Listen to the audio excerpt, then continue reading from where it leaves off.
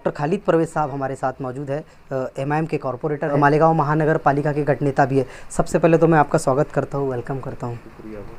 Sir, 27 तारीख को मालेगांव शहर के 27 नगर सेवकों ने कांग्रेस पार्टी के एनसीपी में शमूलियत की है और कहीं ना कहीं अगर देखा जाए तो हमारे हिसाब से कि गुरुवार वार्ड में एनसीपी और एमआईएम के बीच एक कड़ी टक्कर हो सकती है कॉरपोरेशन के चुनाव को लेकर।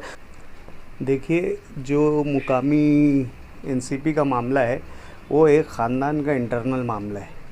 ऐसा समझ लो कि जो शेख रशीद फैमिली है ये उनका इंटरनल मामला है, और ये कौन सी पॉलिटिकल पार्टी में वो जाना चाहिए और कौन सा पॉलिटिकल स्टैंड लेना चाहिए ये तो उनका अपना मसला है। लेकिन अगर आपने सवाल ही किया है तो ऐसा समझ लीजिए कि उर्दू में एक कहावत है कि पुरानी शराब नई बोतल, ये वो वाला मामला है। जो पहले कांग्रेस थी अब राष्ट्रवादी कांग्रेस हो गई। ये कोई विचारधारा या आइडियोलॉजी की लड़ाई नहीं है, ये मुफाद परस्ती की सियासत है।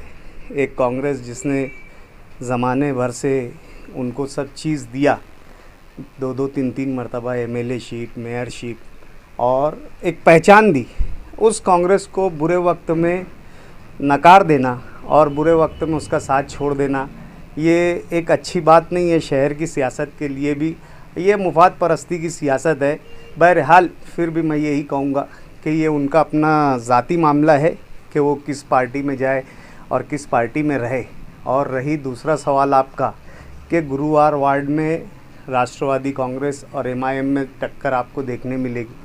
हमें पूरा यकीन है कि गुरुवार वार्ड में हम बहुत अच्छा जो है परफॉर्मेंस करेंगे और कॉरपोरेशन इलेक्शन में नुमाया कामयाबी हासिल करेंगे।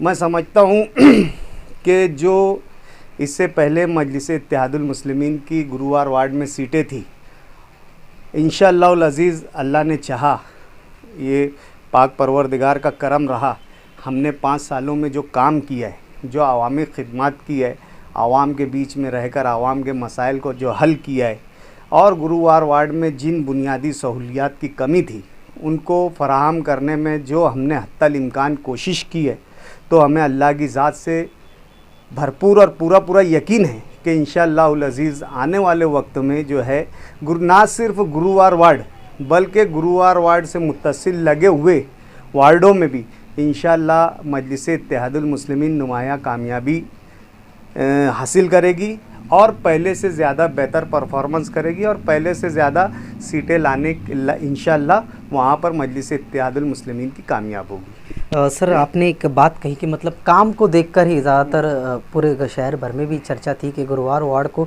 काफ़ी अच्छी से दुल्हन की तरह आपने सजाया है। अगर इसी मामलात को लेकर सिर्फ काम को देखकर ही मतलब वोटिंग हो सकती है अच्छे तौर पर, सिर्फ ये नहीं देखा चाहिए कि सामने चेहरा कौन है, सिंबल कौन है। बिल्कुल यकीनन हम शुरू से कहते हैं कि इलेक्शन जो है कामकाज की बुनियाद पर होना चाहिए, आवामी मुफादात की बुनियाद पर होना चाहिए, आवामी सहूलतों को फ़राहम करने की बुनियाद पर होना चाहिए, ना कि ज़ात बिरादरी के नाम पर और गुंडागर्दी से सियासत होनी चाहिए। यहाँ के एक ख़ानदान का पॉलिटिकल शेवा रहा है ज़ात बिरादरी पर जो है शहर की सियासत का रुख मोड़ना और गुंडागर्दी से सियासत करना। लेकिन इंशाअल्लाह अज़ीज़ आने वाले वक्तों में इलेक्शन में इस तरह के कोई असरात जो है आपको दिखेंगे नहीं। काम काज की बुनियाद पर ये शहर फ़ैसला करेगा और मजलिस इत्तेहादुल मुस्लिमीन और उसके साथ जो भी जमातें रहेगी एक नुमाया कामयाबी मिलेगी। सर, एक हिसाब से देखा जाए तो अब मालेगांव शहर बदलाव चाहता है। कहीं ना कहीं लोग धूल से परेशान हो चुके हैं, बारिश के दिनों में ख़राब सड़कों से भी परेशान हो चुके हैं। अगर मालेगांव शहर की आवाम एमआईएम को अगर इक़्तिदार देती है तो क्या इन सब मामलात को हल करने की ताकत है एमआईएम में? देखिए, जो गुज़िश्ता 5 साल कॉरपोरेशन के गए हैं, जिन लोगों का इक़्तिदार रहा है कॉरपोरेशन में, उन्होंने कॉरपोरेशन को है रोज़ी रोटी का ज़रिया बनाया, कमाई का ज़रिया बनाया, ठेकेदारी का ज़रिया बनाया। शहर की तामीर और तरक्की के नाम पर जो है अपना घर भरने की कोशिश की गई।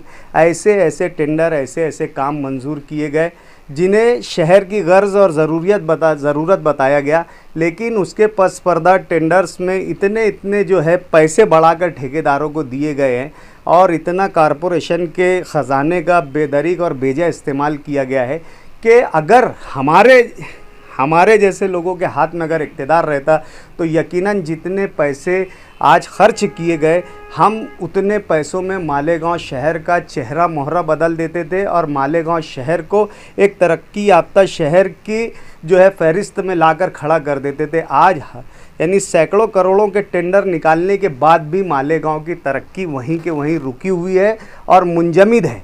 इससे ये बात समझ में आती है कि यहाँ पर तरक्की और कामकाज के नाम पर सिर्फ ठेकेदारी की गई और सिर्फ अपना मुफाद, पैसे कमाने का मुफाद रखा गया। शहर की तरक्की अजीज़ नहीं थी, वरना सही लाए अमल के साथ इतने पैसों में तो शहर का चेहरा मोहरा बदल जाता था।